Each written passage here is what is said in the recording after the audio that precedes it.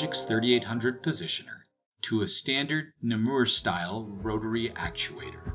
In this video, we will be using an Automax rack and pinion style actuator. For this application, a universal mounting kit, which includes bolting for various applications, is required. The threaded holes on the back of the positioner can accommodate different mounting applications. The different hole patterns utilize 3 different thread sizes. It is required to use the small 4-hole Namur hole pattern for this application. Apply a small amount of anti-seize compound on both ends of the threaded studs and install the 4 studs into the appropriate mounting holes in the actuator. Carefully tighten with a 3/32 inch Allen wrench until they lightly reach the bottom of the hole. Install the bracket onto the studs and attach it to the actuator using 4 lock washers and nuts.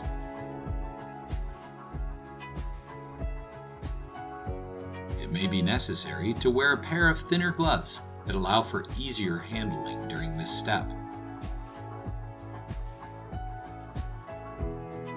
Carefully tighten with a 3/8 inch wrench.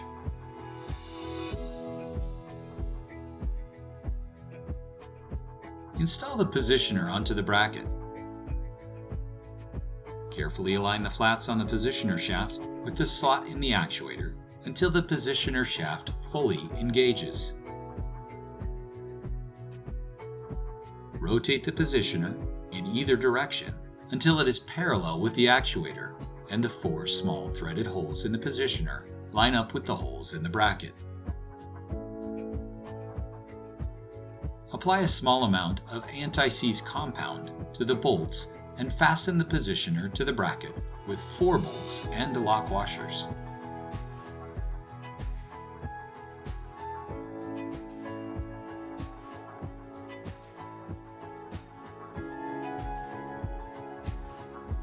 Carefully tighten with a 10mm wrench.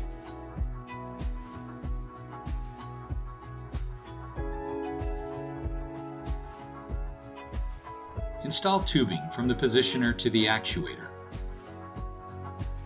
Port A on the positioner goes to the air action port of the actuator, and port B goes to the fail action port.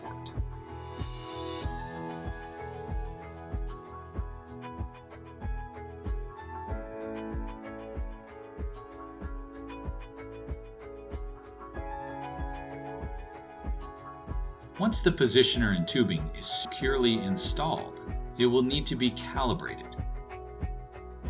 Refer to the video titled Logix 3800 Positioner Quick Calibration.